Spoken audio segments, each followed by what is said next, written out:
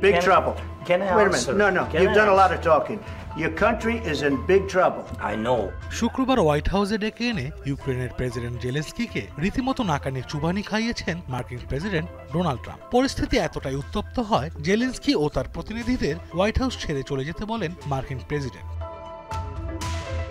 এক কর্মকর্তা জানান, আলোচনা চালিয়ে যাওয়ার ইচ্ছা ছিল ইউক্রেনীয়দের, কিন্তু ট্রাম্পের দুই সহযোগী বলার পর দুপুরের খাবার না খেয়েই হোয়াইট হাউস ত্যাগ করেন জেলেনস্কি।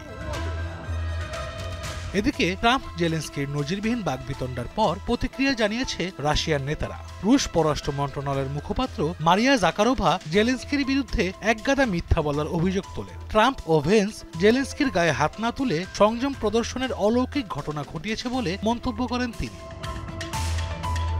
ইউক্রেনের প্রেসিডেন্টকে অকৃতজ্ঞ সুর আখ্যা দিয়েছেন রাশিয়ার সাবেক প্রেসিডেন্ট দিমিত্রি মেদভেদেভ। হোয়াইট হাউসে তার উপযুক্ত শাস্তি হয়েছে বলে মন্তব্য করা হয়।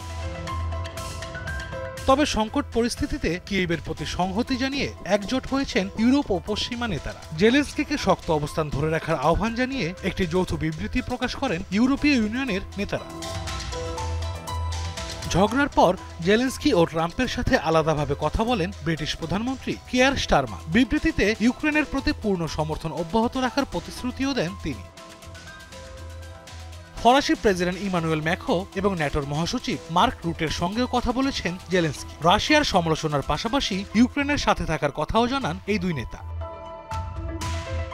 নিজেকে একা না ভাবতে জেলেনস্কির প্রতি বার্তা দিয়েছেন ইউরোপীয় কমিশনের প্রেসিডেন্ট উর্সুলা ফন ডার ও পোলিশ প্রধানমন্ত্রী ডোনাল্ড টাস্ক। জার্মানি ও ইউরোপের ওপর ইউক্রেন ভরসা রাখতে পারেন বলে মন্তব্য করেছেন জার্মান চ্যান্সেলর ওলাফ শলস।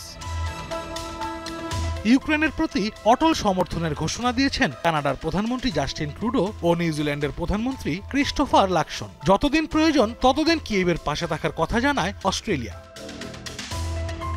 তবে ব্যতিক্রম ছিলেন হাঙ্গেরির প্রধানমন্ত্রী ভিক্টর ওরবান। শান্তি প্রতিষ্ঠায় সাহসী পদক্ষেপের জন্য মার্কিন প্রেসিডেন্টকে ধন্যবাদ জানান তিনি। আশরাফ শুভ, দীপ্ত বার্তা কক্ষ।